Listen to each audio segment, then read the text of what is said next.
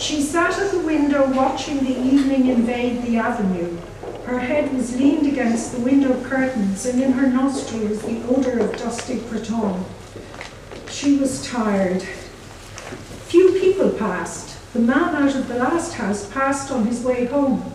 She heard his footsteps clacking along the concrete pavement and afterwards crunching on the cinder path before the new red houses. One time there used to be a field there, in which they used to play every evening with other people's children. Then a man from Belfast bought the field and built houses in it. Not like their little brown houses, but bright brick houses with shining roofs. The children of the avenue used to play together in that field. The Devines, the Waters, the Dunns, little Kyo the cripple, she and her brothers and sisters. Ernest, however, never played. He was too grown up. Her father often used to hunt them in out of the field with his black two-horn stick, but usually little Kyo used to keep nicks and call out when he saw her father coming. Still, they seemed to have been rather happy then. Her father was not so bad then, and besides, her mother was alive. That was a long time ago. She and her brothers and sisters were all grown up, and her mother was dead. Tizzy Dunn was dead too, and the Waters had gone back to England. Everything changes. Now she is going to go away, like the others, to leave her home. Home. She looked around the room, reviewing all its familiar objects which she had dusted once a week for so many years, wondering where on earth the dust came from. Perhaps she would never see again those familiar objects from which she had never dreamed of being divided, and yet, during all those years, she had never found out the name of the priest whose yellowing photograph hung on the wall above the broken harmonium beside the coloured print of the promises made to Blessed Margaret Mary Alacoque. He had been a school friend of her father. Whenever he showed the photograph to a visitor, her father used to pass it with a casual word, "He is in Melbourne now." She had consented to go away, to leave her home. Was that wise? She tried to weigh each side of the question. In her home anyway, she had shelter and food. She had those whom she had known all her life about her. Of course, she had to work hard, both in the house and at business. What would they say of her in the stores when they found out that she had run away with a fellow? Say she was a fool, perhaps, and her place would be filled up by an advertisement. Miss Gavin would be glad. She always had an edge on her, especially when there were people listening.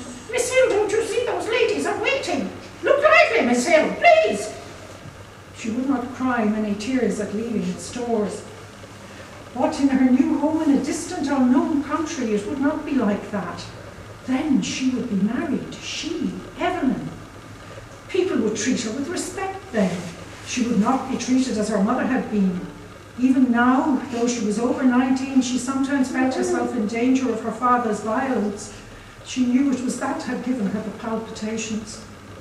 When they were growing up, he had never gone for her like he used to go for Harry and Ernest, because she was a girl, but latterly he had begun to threaten her and say what he would do to her, only for her dead mother's sake.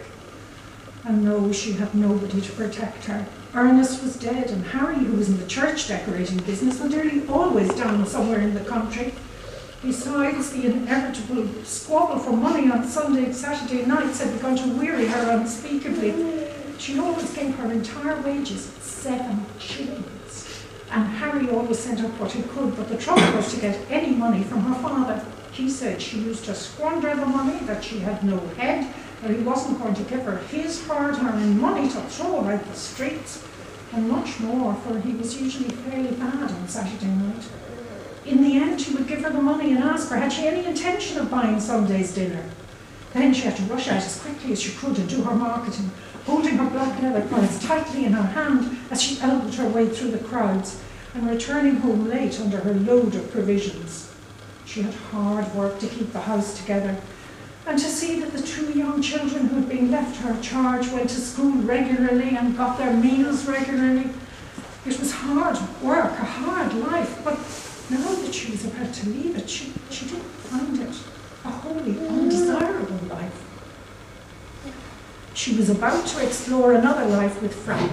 Frank was very kind, manly, open-hearted. She was to go away with him by the night boat to be his wife and to live with him in Buenos Aires, where he had a home waiting for her. How well she remembered the first time she had seen him. He was lodging in a house on the main road where she used to visit. It seemed a few weeks ago. He was standing at the gate, his peaked cap pushed back on his head and his hair tumbled forward over a face of bronze. Then they had come to know each other. He used to meet her outside the stores every evening and see her home. He took her to see The Bohemian Girl, and she felt elated as she sat in an unaccustomed part of the theatre with him. He was awfully fond of music and sang. People knew they were courting, and when he sang about the lass that loves a sailor, she always felt pleasantly confused. He used to call her Poppins out of fun. First of all, it had all been an excitement for her to have a fellow, and then she had begun to like him. He had tales of distant countries. He had started as a deck boy at £1 a month on a ship of the Eveline going out to Canada. He told her the names of the ships he had been on and the names of the different services. He had sailed through the Straits of Magellan, and he told her stories of the terrible Patagonians. He had fallen on his feet in Buenos Aires, he said, and had come over to the old country just for a holiday. Of course her father had found out the affair and had forbidden her to have anything to say to him. "I know these sailor chaps," he said. One day he had quarrelled with Frank, and after that she had to meet her lover secretly.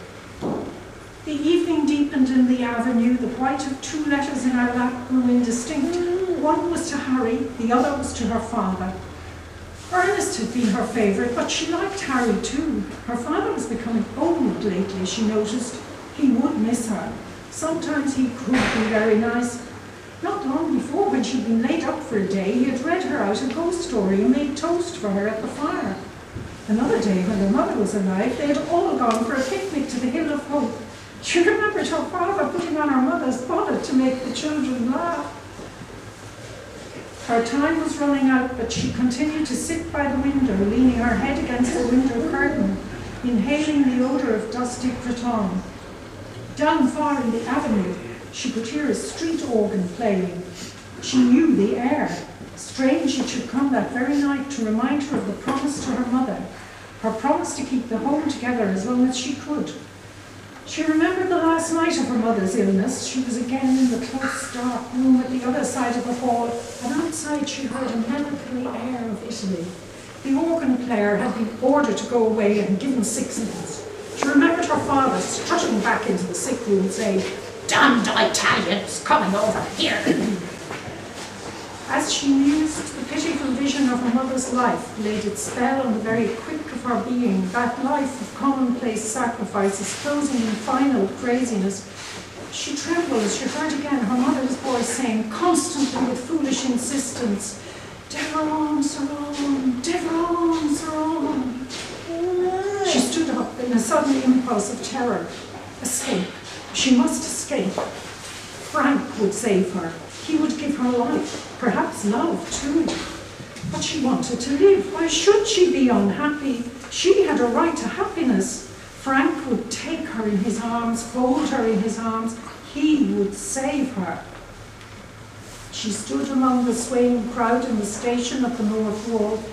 He held her hand, and she knew that he was speaking to her, saying something about the passage over and over again. The station was full of soldiers with brown baggages. Through the open door of the sheds, she caught a glimpse of the black mass of the boat lying in beside the quay wall with illumined portholes.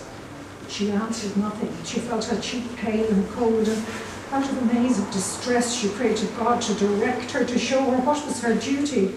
The boat blew a long, mournful whistle into the mist. If she went, tomorrow she would be on the sea with Frank, steaming towards Buenos Aires. Their passage had been booked. Could she still draw back after all he had done for her? Her distress awoke a nausea in her body, and she kept moving her lips in silent prayer. A bell clanged upon her heart. She felt him seize her hand. "Come!" All the seas of the world tumbled about her heart. He was drawing her into them. He would drown her. She gripped with both hands at the iron railing. "Come!" No. It was impossible. Her hands clutched the iron in frenzy. Amid the seas, she sent a cry of anguish. "Eveline! Evie!" He He rushed beyond the barrier and called to her to follow. He was shouted at to go on, but he still called to her. She set her white face to him, passive like a helpless animal. Her eyes gave him no sign of love or farewell or recognition.